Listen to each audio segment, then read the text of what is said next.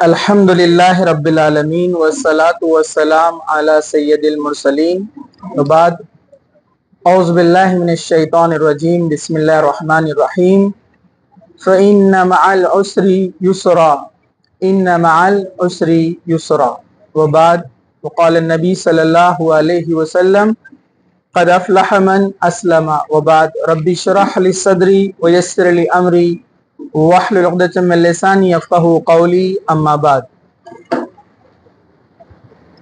तमाम तारीफ़ें अल्लाह रब्बुल इज़्ज़त के लिए हैं जो तमाम जहानों का पालने वाला है, और दुरूद सलाम हो हमारे प्यारे नबी मोहम्मद रसूलुल्लाह सल्लल्लाहु अलैहि वसल्लम पर।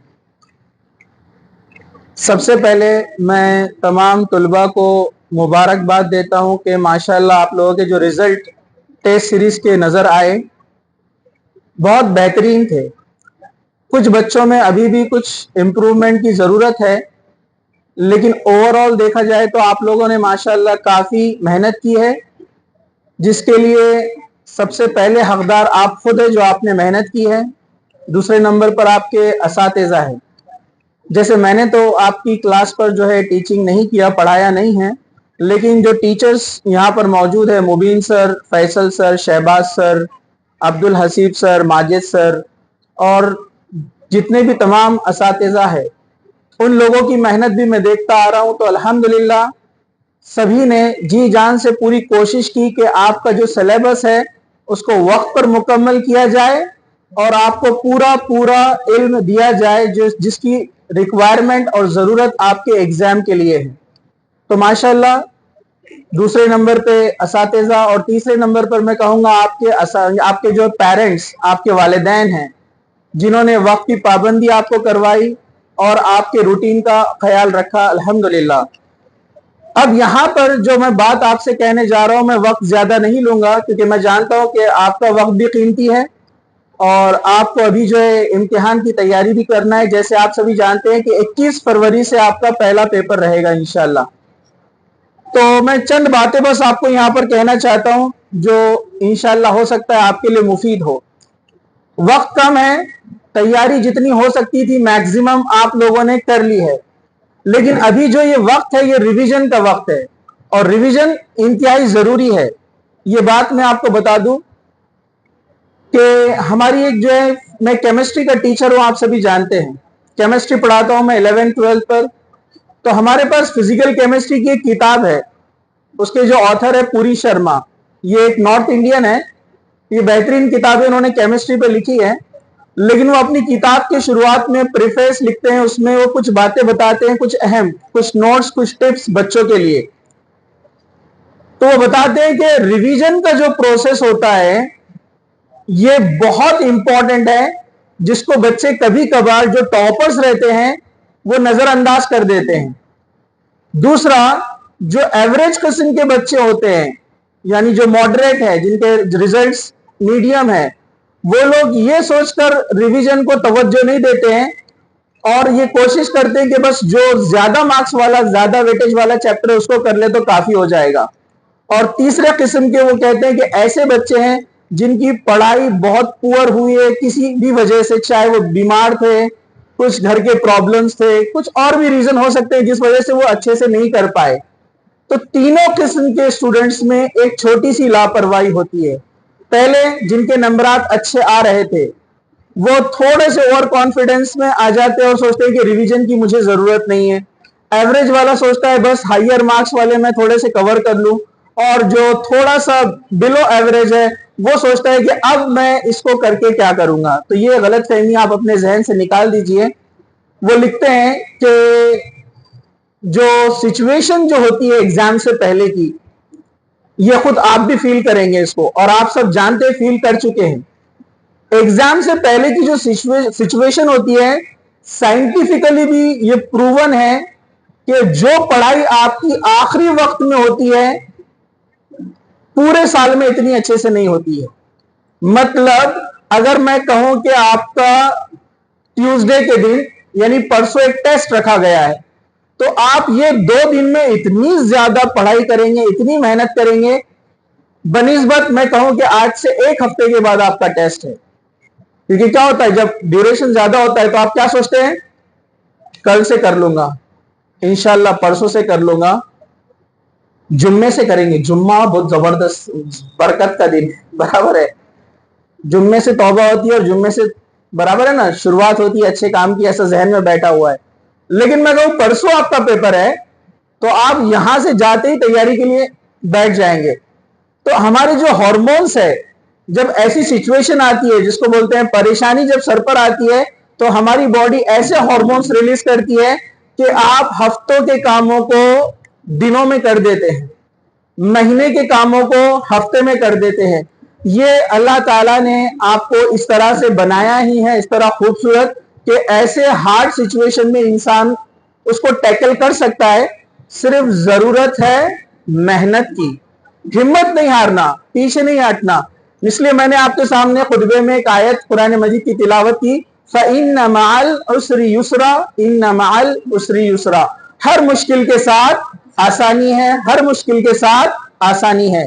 यह आयत नाजिल हुई थी नबी करीम सल्लल्लाहु अलैहि वसल्लम के लिए, जब दावत और तबलीग में आप थक गए और अपनी पूरे एफर्ट्स लगा चुके, लोग आपकी बात नहीं मान रहे हैं, तब अल्लाह सुब्हानहू व तआला आपको मोटिवेट कर रहा है, आपको दिलासा दे रहा है कि हर मुश्किल के बाद क्या है, आसानी है। और हमने देखा नबी करीम सल्लल्लाहु अलैहि वसल्लम ने जो मेहनत और दीन के लिए की और अपने दिन और रात लगाए, जो मशक्कत आपने उठाई, अल्लाह ताला ने उसका बदला दिया। लोग जोक दर जोक इस्लाम में जो है दाखिल हुए।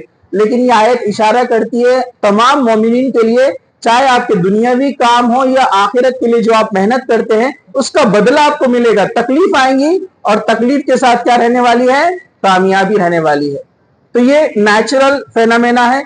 तो आप इन जो दिन आपके जो बचे हैं, आज 15 तारीख है गालिबन, अब यहां से 21 तारीख को जो है आपका पहला पेपर रहेगा, 16 तारीख है, आज 16 है, संडेज को अक्सर भूल जाते हैं हम लोग, ठीक है।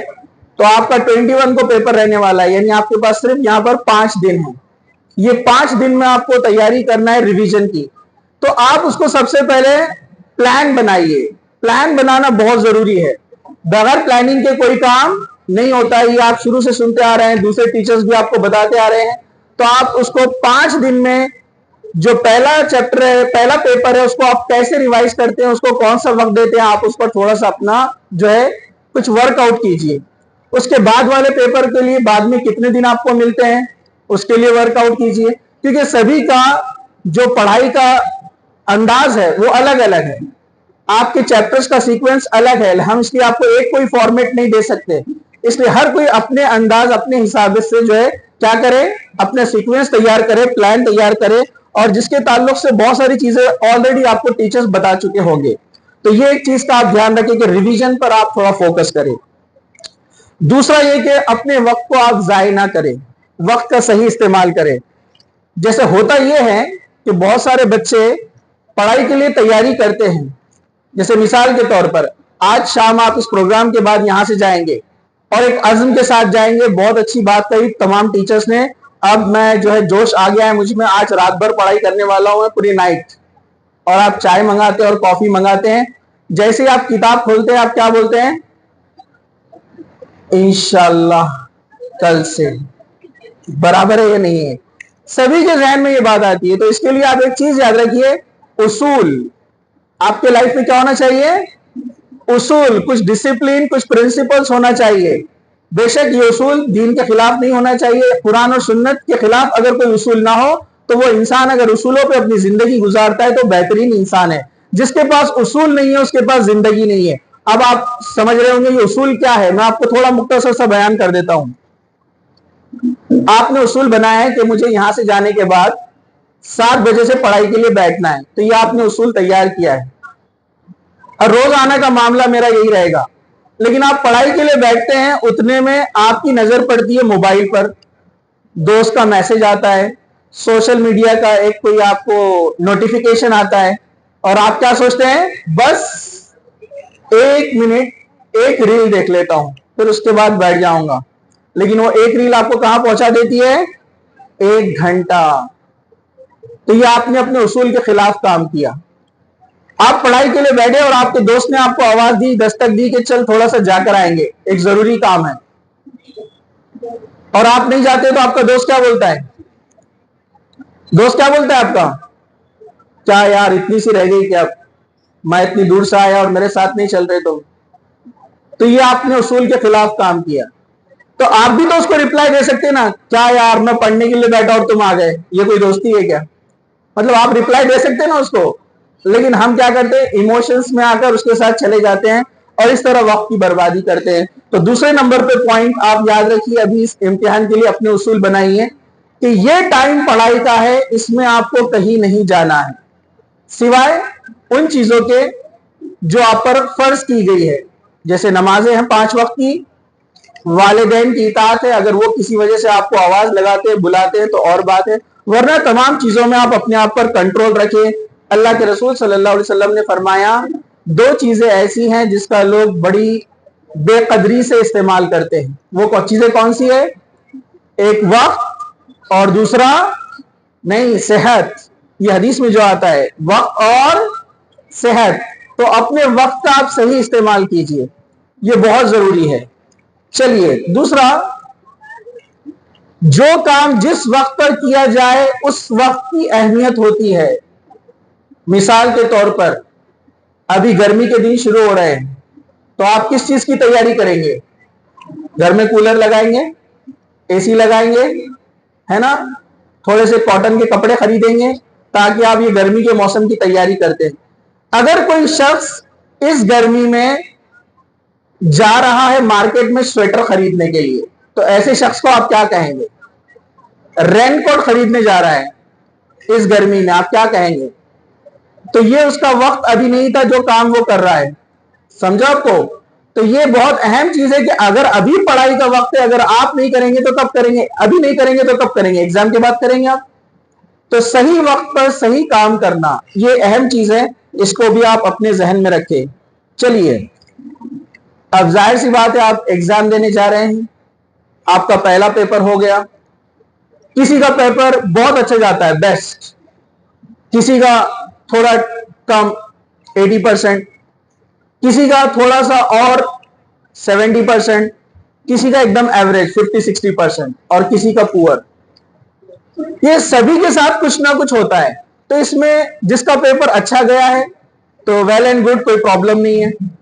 जिसका थोड़ा सा एवरेज बिलो एवरेज आया वो थोड़ा सा अपसेट हो जाता है। तो आप मायूस नहीं होना चाहिए, क्योंकि ये आपकी मायूसी, इसका असर आपके अगले पेपर पे जाता है।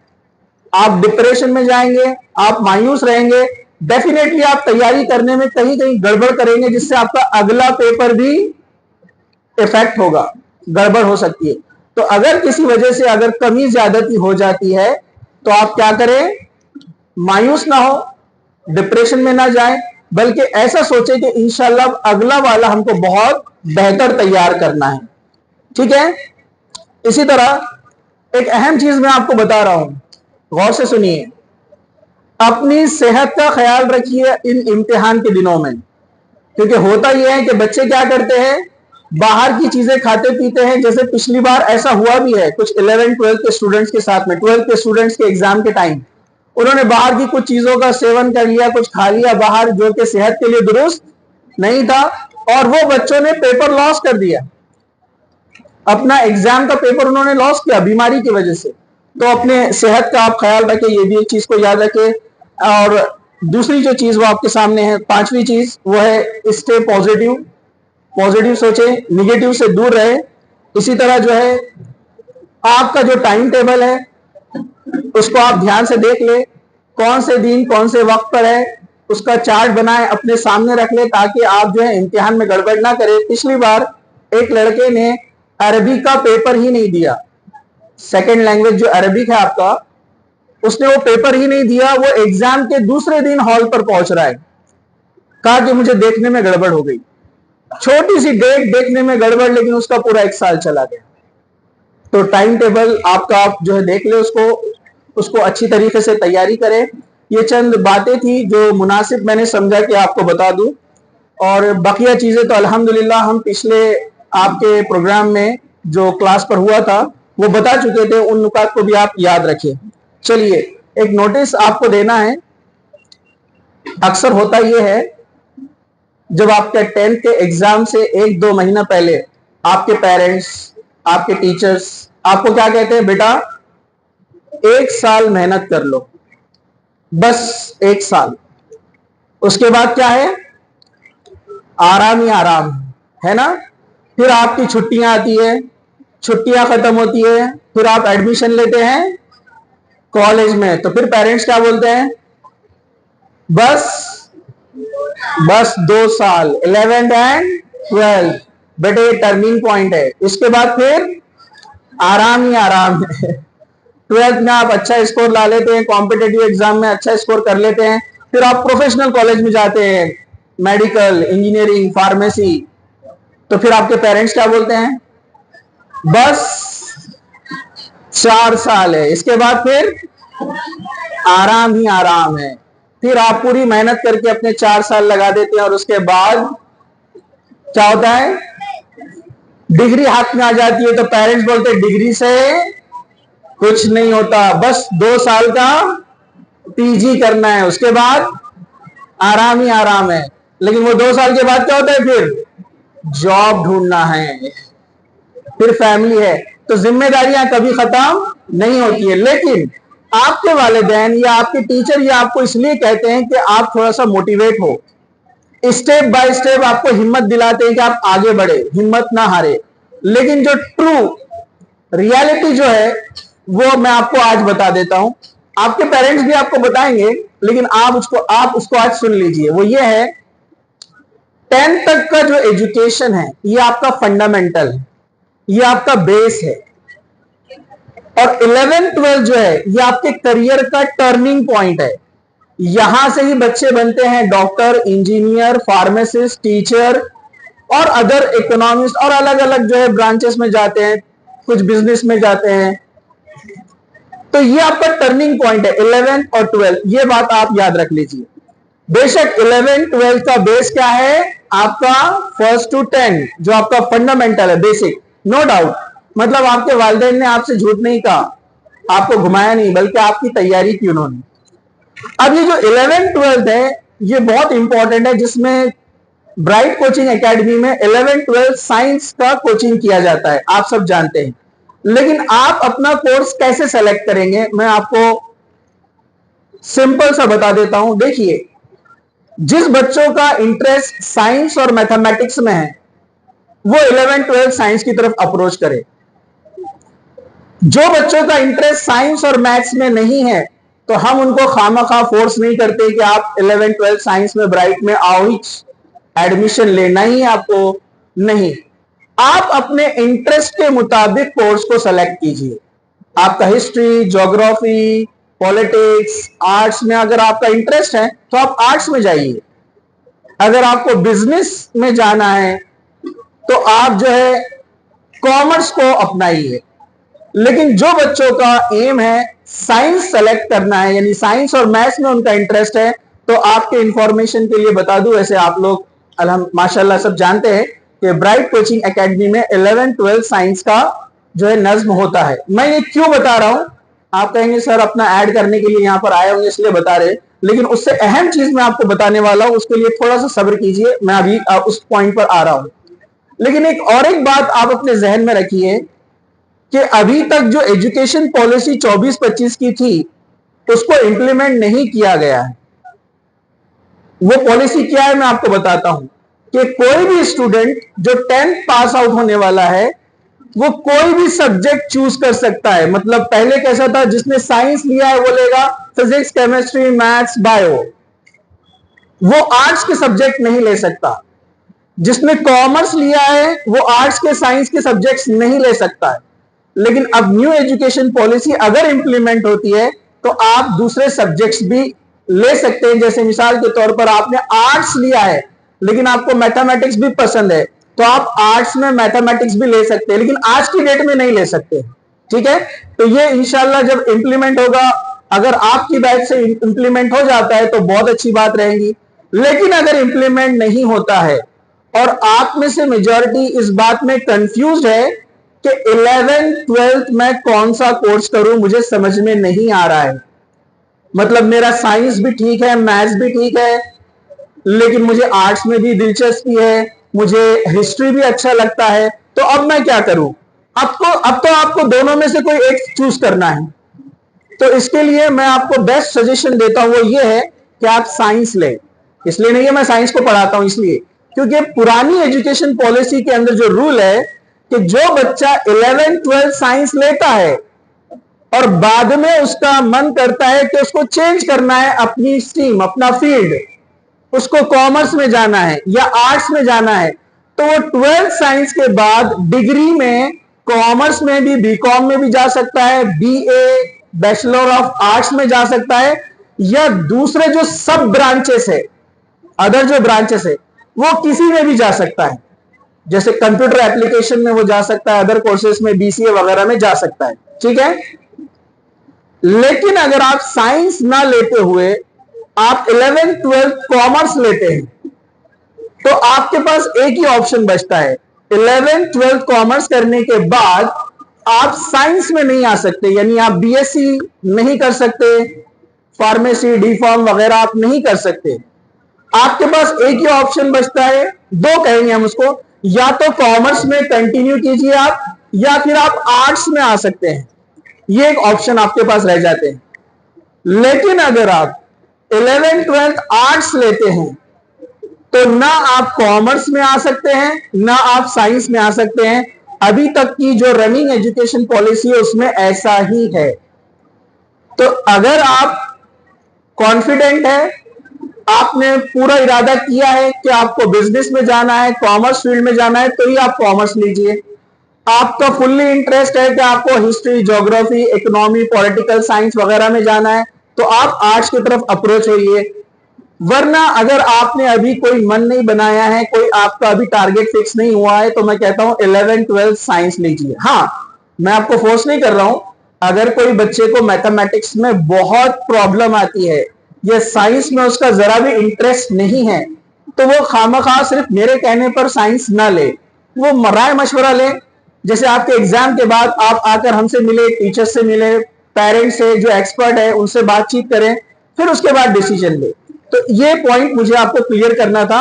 अब आते हैं जो इंपॉर्टेंट नोटिस मैं आपको देने वाला था उसकी तरफ आते हैं। बॉयज ध्यान से सुनिए, वो इंपॉर्टेंट नोटिस ये है कि 11th 12th साइंस का आपका इरादा है या नहीं भी है, या आप जानना चाहते हैं कि मेरा इंटरेस्ट किधर है, मुझे समझ में नहीं आ रहा है, तो ब्राइट कोचिंग एकेडमी ने एक 50 डेज का कोर्स डिजाइन किया है जो अल्हम्दुलिल्लाह तकरीबन 8 साल से चल रहा है। उसको हमने नाम दिया है फाउंडेशन कोर्स। ये 50 दिन का होता है। ये आपके एग्जाम्स के बाद यानी रमजान के बाद 15 अप्रैल से इसकी इंशाअल्लाह ताला शुरुआत होने वाली है। 15 अप्रैल से ये जो है मई और जून के फर्स्ट वीक तक, सेकेंड वीक तक ये चलेगा ये कोर्स। इसमें क्या किया जाता है, इस फाउंडेशन कोर्स में आपको फिजिक्स के फंडामेंटल्स पढ़ाए जाते हैं, इसमें आपको केमिस्ट्री के फंडामेंटल्स पढ़ाए जाते हैं, केमिस्ट्री में तीनों, फिजिकल, ऑर्गेनिक, इनऑर्गेनिक। वैसे आपको बायो के फंडामेंटल्स पढ़ाए जाते हैं, बायो में बॉटनी, जूलॉजी दोनों। इसी तरह आपको मैथमेटिक्स के फंडामेंटल्स, बेसिक्स पढ़ाए जाते हैं। ये फंडामेंटल्स में होता क्या है, ये फंडामेंटल्स में क्या होता है, इसको जरा आप ध्यान से सुन ले। आपका जो 10th तक का सिलेबस है, अगर मैं मिसाल दूं तो आपके 10th के सिलेबस में केमिस्ट्री के सिर्फ 3 चैप्टर है, जबकि 11th 12th के टोटल केमिस्ट्री के चैप्टर है 30, एक जीरो लगा देना पड़ेगा आपको। तो 3 चैप्टर जो कि बहुत ही बेसिक लेवल पर है, और जब आप 11th में आते हैं डायरेक्ट आप केमिस्ट्री को जो फेस करते हैं, दोनों में जमीन आसमान का फर्क है। मतलब बेसिक बहुत ज्यादा बेसिक है 10th का, और 11th का लेवल हाई है। तो इस गैप को पूरा करने के लिए हमने ये फंडामेंटल कोर्स तैयार किया है, ये फाउंडेशन कोर्स तैयार किया है, जिसमें आपको वो तमाम बेसिक्स पढ़ाए जाते हैं जिससे बच्चे को 11th में आने के बाद प्रॉब्लम नहीं होती है। तो अब इस फंडामेंटल यानी इस फाउंडेशन कोर्स के बेनिफिट क्या है, आप जरा ध्यान से सुन लीजिए। एक, जिसका इरादा कंटिन्यू है, आगे नीट, जेडब्ल्यू या सीईटी की तैयारी करना है, मेडिकल के लिए, इंजीनियरिंग के लिए, तो उसके फंडामेंटल्स क्लियर हो जाएंगे। नंबर 2, जिसने अभी डिसाइड नहीं किया है कि उसको आगे क्या करना है, उसका इंटरेस्ट साइंस में, मैथ्स में है या नहीं है, जब ये 50 दिन का वो कोर्स करेगा तो उसको ये 50 दिन में एक आइडिया आ जाएगा, समझ में आ जाएगा कि मैं आगे बढ़ूं इसमें या ना बढ़ूं। वो डिसीजन ले सकता है, फैसला ले सकता है। तीसरा बेनिफिट इसमें यह है कि ये कोर्स की कोई फीस नहीं होती है, ये आपको फ्री में लिया जाता है। पर्पस यही है बच्चे साइंस की तरफ मोटिवेट हो, उनके बेसिक कंसेप्ट क्लियर हो, या वो डिसीजन लेने में कुछ सक्षम हो कि उनको आगे क्या करना है।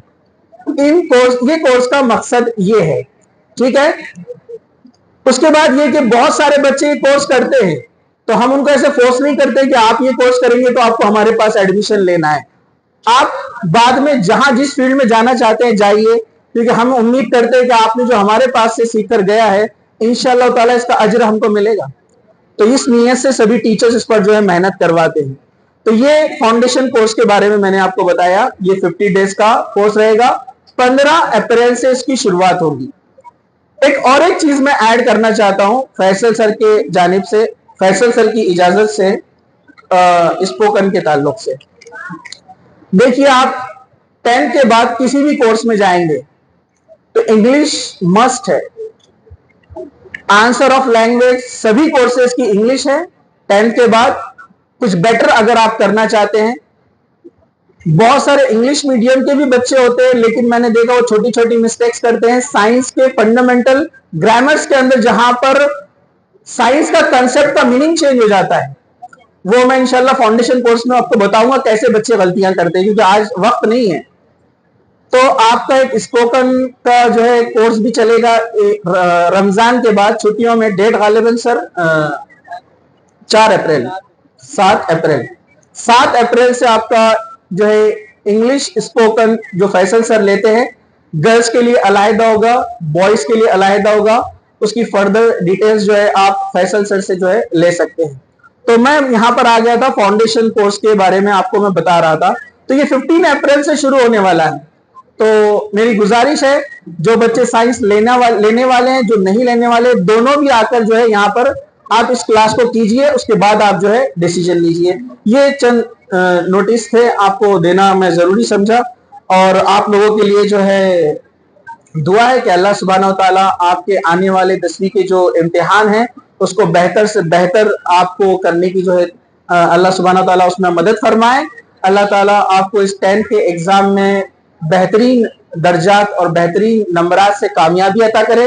अल्लाह सुब्हानहू तआला आपको दुनिया में भी कामयाब करे और आखिरत में भी कामयाब करे। जज़ाकल्लाह खैर व आखिरु दावाना अनिल हम्दुलिल्लाहि रब्बिल आलमीन। सुब्हान रब्बिका रब्बिल इज्जति अम्मा यसिफून व सलामुन अलल मुरसलीन वल्हम्दुलिल्लाहि रब्बिल आलमीन।